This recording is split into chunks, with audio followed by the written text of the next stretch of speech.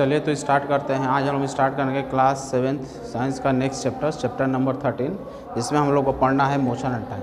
और इससे पहले के जितने भी चैप्टर्स हैं, जितने भी टॉपिक्स हैं, आपको इस चैनल पर अपलोड कर दिया गया है। आप चाहें तो वहाँ से देख सकते हैं, और अगर आप देख लिए हैं तो अच्छी बात है, आपका स्वागत है, आइए देखिए। और अगर आप नहीं देखे हैं तो मैं आपको सजेस्ट करता हूँ एक बार कि आप उसे एक बार ज़रूर देखें, तभी जो ये टॉपिक आपको क्लियर समझ में आएगा। तो एक बार आप अपने पीछे के जितने भी चैप्टर्स हैं, सारे टॉपिक्स को एक बार देखिए। जो टॉपिक नहीं समझ में आ रहा है, किसी टॉपिक का किसी प्रकार का अगर डाउट हो तो भी आप वहाँ से देख सकते हैं। तो चलिए स्टार्ट करते हैं। Motion and time chapters number जो है class 7th science motion and time. Motion और समय, गति और समय, इसके बारे में हमें आज डिस्कस करना है।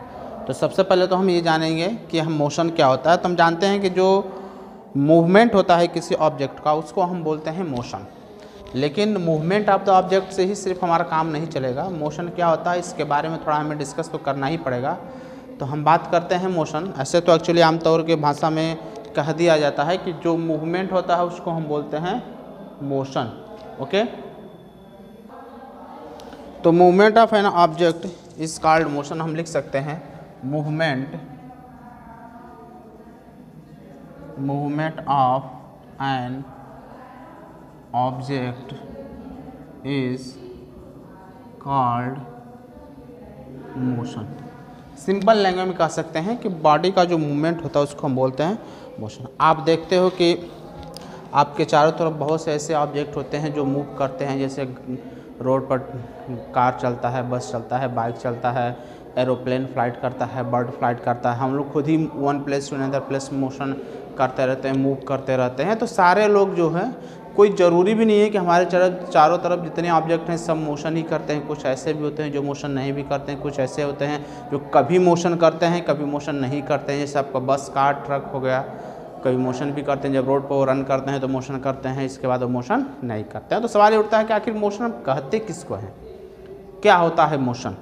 ओके, तो इसके बारे में डिस्कस करने के लिए हमें क्या करना पड़ता है कि एक ऑब्जेक्ट का, तो किसी ऑब्जेक्ट का दूसरे ऑब्जेक्ट के साथ हम कंपेरिजन करते हैं, उसके पोजीशन का कंपेरिजन करते हैं। जैसे सपोज दैट दो ऑब्जेक्ट यहाँ से है, एक ऑब्जेक्ट यहाँ से मूव करना स्टार्ट किया और एक ऑब्जेक्ट यहीं पर यहीं है। तो हम ये देखेंगे कि इसके रेस्पेक्ट में, जो रेस्ट में है, जो स्टेशनरी है, जो रुका हुआ है, उसके रेस्पेक्ट हम देख रहे हैं इसका पोजीशन बदल रहा है।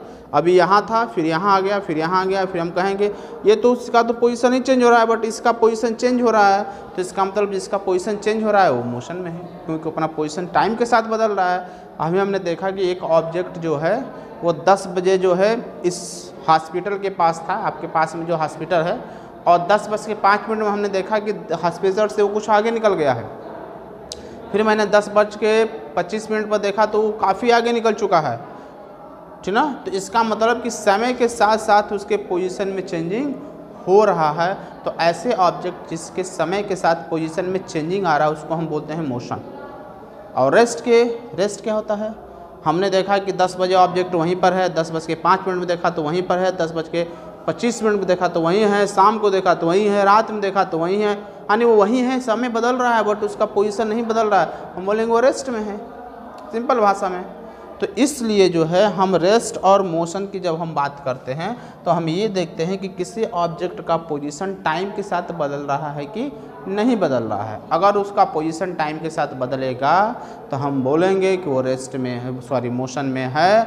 और अगर नहीं बदलेगा तो बोलेंगे वो मोशन में नहीं होगा, वो स्टेशनरी होगा, वो क्या होगा, रेस्ट के पोजीशन में। जैसे सपोज दैट कि ये एक ट्री है, मान लीजिए कोई ये ट्री है, ठीक, ये मैंने आपको ट्री बना दिया, यहाँ पर एक प्रकार का ट्री है, और यहाँ पे एक पर्सन है, एक व्यक्ति यहाँ पर है। हमने देखा यहाँ पर मैंने वॉच लगा दिया, घड़ी लगा दिया, ये हमारा टाइम को मेजर कर रहा है, घड़ी टाइम को मेजर कर रहा है, ठीक। तो हमने देखा कि जब 10 बजा तो देखा कि दोनों जो है एक ही स्थान पर थे, और कुछ समय बाद मैंने देखा 10 बज के 5 मिनट पर जब मैंने देखा तो ये ऑब्जेक्ट मूव करके कहाँ, इसी पाथ पर मूव करता हुआ ये पर्सन यहाँ पहुँच आया है। अब इसकी पोजीशन यहाँ पर नहीं है, वो यहाँ पर है। फिर मैंने थोड़ी देर बाद देखा 10:25 पर हमने देखा तो ये ऑब्जेक्ट मूव करके, ये व्यक्ति जो है मूव करके यहाँ पर आ गया। ए नाम का कोई व्यक्ति है, मूव करके यहाँ पर आ गया। तो इसका मतलब कि जैसे जैसे समय बदल रहा है वैसे वैसे इसकी पोजीशन में भी चेंजिंग हो रहा है। वो अभी पोजीशन ए पर था, फिर कुछ समय बाद पोजीशन बी पर चला गया, फिर पोजीशन सी पर चला गया। तो इसका मतलब कि समय बदल रहा है तो इसके पोजीशन में भी चेंजिंग हो रहा है। तो हम कह सकते हैं कि इस ऑब्जेक्ट के पोजीशन में समय के साथ साथ ये ट्री क्या है, अपने जगह पर ही है। 10 बजे मैंने देखा तो यहीं पर था, 10:05 पर देखा तो यहीं पर है, 10:25 पर देखा तो यहीं पर है। मतलब समय बदल रहा है बट इसकी पोजीशन, ट्री के पोजीशन में चेंजिंग नहीं हो रहा है। और समय के साथ इस पर्सन के, ये वाला पर्सन जो हो गया इसका पोजीशन, फिर इस पर्सन का पोजीशन, फिर इस पर्सन का पोजीशन जो होता है समय के साथ क्या हो रहा है, बदल रहा है। इसलिए जो है हम कह सकते हैं कि ये ऑब्जेक्ट क्या है, मोशन में है। तो इसके आधार पर हम लिख सकते हैं मोशन का डेफिनेशन कि object is said to be the motion when its position change with time. तो कह सकते हैं कि एन ऑब्जेक्ट, लिख सकते हैं यहाँ पर an object is said to be in motion when its position change with time। कोई ऑब्जेक्ट का पोजीशन यदि समय के साथ बदलता है तो हम कह सकते हैं कि ऑब्जेक्ट जो है मेरा मोशन में। एग्जाम्पल में कि all the object are not in same time in motion. सारे ऑब्जेक्ट जो है हर समय मोशन में नहीं रहते हैं। कुछ ऐसे ऑब्जेक्ट होते हैं जो हर समय मोशन में, कभी मोशन में होते हैं कभी नहीं। जैसे हम लोग मोशन में कब होते हैं, जब मैंस जो है या एनिमल्स जो है अपना मूव करता है रोड पर, हम टहलते हैं मूव करते हैं तो मोशन में होते हैं। कार और बस ट्रक जो हो आपका मोशन तब करता है जब रोड पे चलता है, कहीं खड़ा रहेगा तो मोशन में नहीं रहेगा। एरोप्लेन जब फ्लाइट करता है तब मोशन में होता है। बर्ड जब फ्लाई करती है तब मोशन में रहता है। तो कोई ज़रूरी है कि हर ऑब्जेक्ट हमेशा मोशन में ही रहता है। अर्थ हमारा हमेशा मोशन में रहता है, घूमता रहता है। तो कुछ ऐसे भी होते हैं जो मोशन करते हैं, कुछ ऐसे ऑब्जेक्ट होते हैं जो हर समय मोशन में नहीं रहते हैं। तो यहाँ पर हमें 4 इम्पॉर्टेंट टाइप ऑफ मोशन पढ़ना है। कितने प्रकार के मोशन होते हैं, तो यहाँ पर 4 प्रकार के मोशन के बारे में जनरली हमको डिस्कस करना है, ठीक ना। तो 4 प्रकार का जो मोशन होता है वो रेक्टिलिनियर मोशन हो गया।